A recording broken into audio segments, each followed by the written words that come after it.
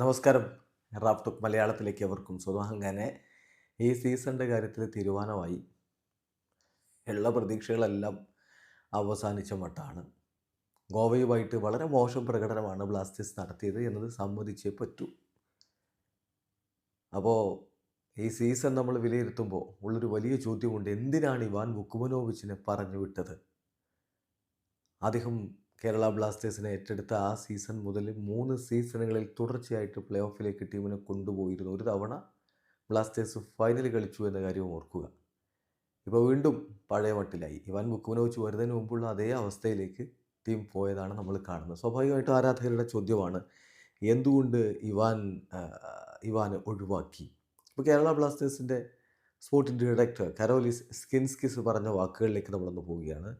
The കേൽ India domestic and league എന്ന Twitter account, X account ഇത് പങ്കുവെക്കുന്നുണ്ട്. ദി കേൽ ഇന്ത്യ ഫാമിലിയുടെ ഭാഗമാണ് അവർ. അതുകൊണ്ട് നമ്മൾ അവരുടെ ആ വാക്കുകൾ എടുക്കുകയാണ്. അതിൽ അവർ നമ്മുടെ സ്പോർട്ടിംഗ് ഡയറക്ടർ പറഞ്ഞതായിട്ട് റിപ്പോർട്ട് ചെയ്തത് ഇങ്ങനെയാണ്: ഇവാനോടൊപ്പം ഞങ്ങൾ 3 സീസൺ ഉണ്ടായിരുന്നു. 3 സീസണുകളിൽ ഞങ്ങൾ ഒരുമിച്ചുണ്ടായിരുന്നു.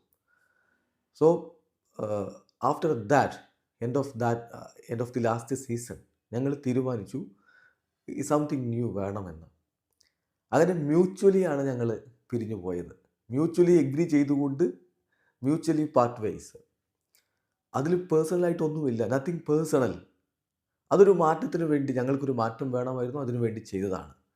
ഇപ്പോഴും ഇവാനുമായിട്ട് നല്ല റിലേഷനിലാണുള്ളത്. പിന്നെ പുതിയ കോച്ചിനെ കുറിച്ച് സംസാരിക്കുമ്പോൾ എനിക്ക് പറയാനുള്ള കാര്യം, 20-ലധികം കോച്ചുമാരെ ഞാൻ ഇൻ്റർവ്യൂ ചെയ്തിട്ടുണ്ടായിരുന്നു. എന്നിട്ടാണ് ഞങ്ങൾ സ്റ്റാറെ അപ്പോയിൻ്റ് ചെയ്തത്. ബെസ്റ്റ് അമംഗ് ദം എന്ന രൂപത്തിൽ കണ്ട് സ്റ്റാറെ ഞങ്ങൾ അപ്പോയിൻ്റ് ചെയ്തത്. പക്ഷേ ഉദ്ദേശിച്ച പോലെ അദ്ദേഹത്തിന് കീഴിൽ ടീമിന് പെർഫോം ചെയ്യാൻ പറ്റിയില്ല. സോ വേണ്ടതെന്തോ അത് ചെയ്യേണ്ടി വന്നു. ഞാൻ അഡ്മിറ്റ് ചെയ്യുന്നു കോച്ചിൻ്റെ ആ selection. I admit that the selection of the coach was A mistake from my side. എൻ്റെ ഭാഗത്തു നിന്നുണ്ടായിട്ടുള്ള തെറ്റാണ് അവിടെ സംഭവിച്ചത് എന്ന് മിക്കായൽ സ്റ്റാറയുടെ അപ്പോയിൻമെൻറ്റുമായി ബന്ധപ്പെട്ട് കൃത്യമായിട്ട് ഇപ്പോൾ കരോലിസ് സ്കിൻസ്കിസ് പറയുന്നു. എന്തായാലും ഇവാനുമായിട്ട് വഴിപിരിഞ്ഞത് ഒരു മാറ്റത്തിന് വേണ്ടി, സംതിങ് ന്യൂ വേണം എന്ന് പറഞ്ഞുകൊണ്ട് ചെയ്തതാണ് എന്ന് പറയുമ്പോൾ, ആ സംതിങ് ന്യൂ എന്താണ്? പഴയ രൂപത്തിലേക്ക്, ഒന്നുമല്ലാത്ത രൂപത്തിലേക്ക് ബ്ലാസ്റ്റേഴ്സിനെ തിരികെ കൊണ്ടുപോകലോ എന്ന ചോദ്യം ആരാധകരുടെ മനസ്സിലുണ്ട്. വീഡിയോ അവസാനിക്കുന്നു.